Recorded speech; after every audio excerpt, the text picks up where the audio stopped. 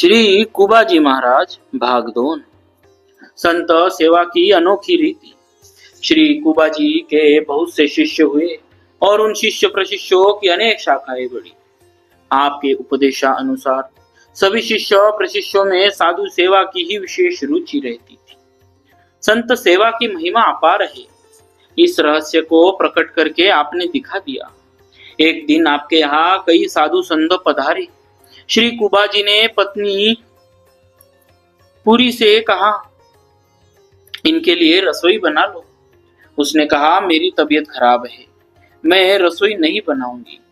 ये तो रोज ही आते रहते हैं, मैं कहाँ तक इन्हें बनाकर खिलाऊंगी। श्री कुबाजी ने कहा, मैं चूल्हा चिताई देता।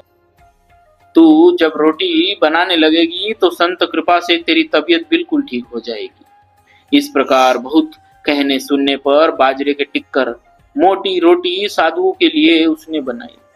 इसी बीच उसका भाई आ गया तो बड़े उत्साह से दूसरे के घर से दूध ले आया और उसने अपने भाई के लिए खूब सुंदर खीर बनाई। कुबाजी ने देखा तो समझ गए कि इसका स्नेह अपने भाई में अधिक है। तब आपने एक सुंदर उपाय सोचा। जल पृथ्वी पर गिराकर जल्दी,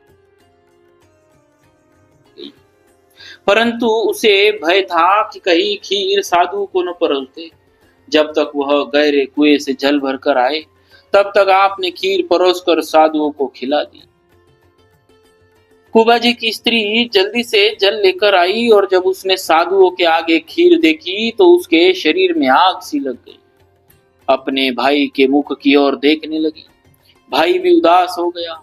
अपने भाई का तिरस्कार मानकर दुख के समुद्र में डूब गई। श्री कुबाजी ने अपनी स्त्री को भक्त और भगवान की सेवा से विमुख जानकर उसे घर से निकाल दिया।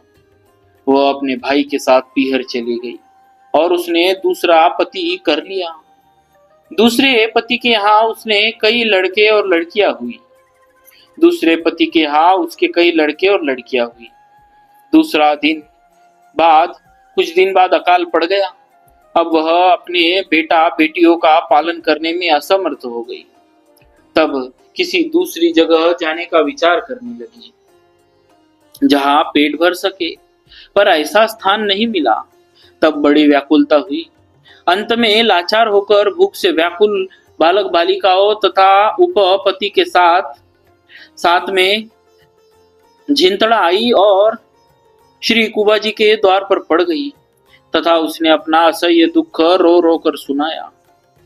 दुख और दीनता से भरे स्त्री के वचन सुनकर श्री कुबाजी के मन में बड़ी दया आई, क्योंकि ये वैष्णव धर्म का पालन करने में बड़े ही निपुण एवं उदार थे।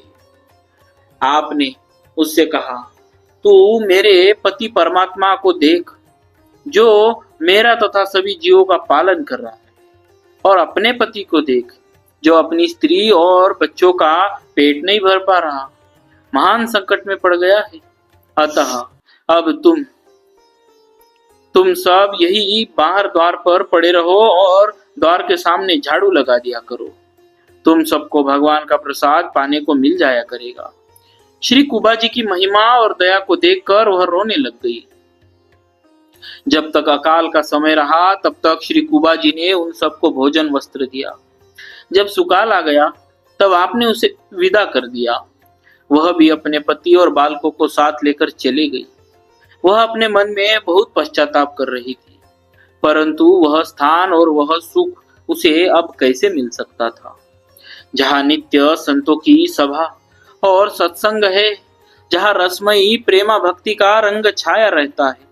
श्री कुबाजी महाराज जिस किसी को शिष्य बनाते उसे साधु संतों तथा दीनों की सेवा का ही आदेश उपदेश देते। वे यही कहते कि जिनके रूप और गुण अनंत है, ऐसे प्रभु को प्राप्त करने की इच्छा यदि तुम्हारे मन में है तो कपट को त्याग कर प्रेम से संत सेवा करो।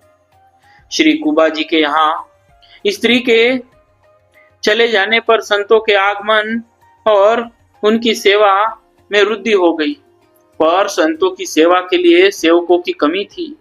अतः कुबाजी को अथक श्रम करना पड़ता था।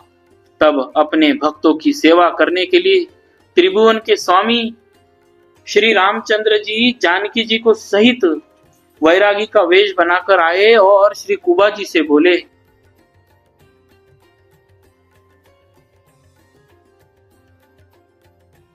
श्री कुबा जी से बोले, समय दुकाल अबार गुसाई, दिन बस रही तुम्हारी छाई, देव सेव हम करे तुम्हारी, करी भोजन टारही यहु बारी। यह सुनकर श्री कुबा जी ने कहा, अहो भाग, बड़ मम गृह रहियो, तब सो रमा राम गृह रहिया, निज भक्तन की टहल निबहिया। दंपति श्री रमा राम जी वैरागी वेशभूषा धारण किए सेवा करने लगे। सेवा का विस्तार, संतों की प्रसन्नता और श्री कुबा जी की कीर्ति को बढ़ाते हुए इन्हें 1 वर्ष हो गया। एक दिन 30 संतों की जमात आई। श्री कुबा जी ने श्री जी से पूछा कि आज संतों के लिए क्या बनाया है। इन्होंने कहा, खिचड़ी। यह सुनकर आपने कहा कि हम तो आज संतों को भात और हलवा आदि उत्तम पदार्थ पवाना चाहते हैं। सीता जी ने कहा, ठीक है, पंगत की सीताराम बोल दो। संत बैठ गए। रसोई घर में भात हलवा आदि पदार्थों को देखकर आश्चर्यचकित श्री कुबा जी ने कहा, माता जी, यह क्या, खिचड़ी के स्थान पर हलवा भात आदि कैसे हो गया? श्री जी ने कहा, यह सब जान रहा है, रामचंद्र की लीला समझो। मिट्टी के सकोरे 20 ही थे, संत 30 थे। श्री कुबा जी ने कहा, अब क्या करूं? श्री जी ने सोने के सराव ला कर दे दिए। यह देखकर श्री कुबा जी को बड़ा आश्चर्य हुआ। जब संत प्रसाद पाकर चल गए तब इन्होंने श्री चरणों में मस्तक रखकर प्रार्थना की और कहा, कृपा कर अपना परिचय दे।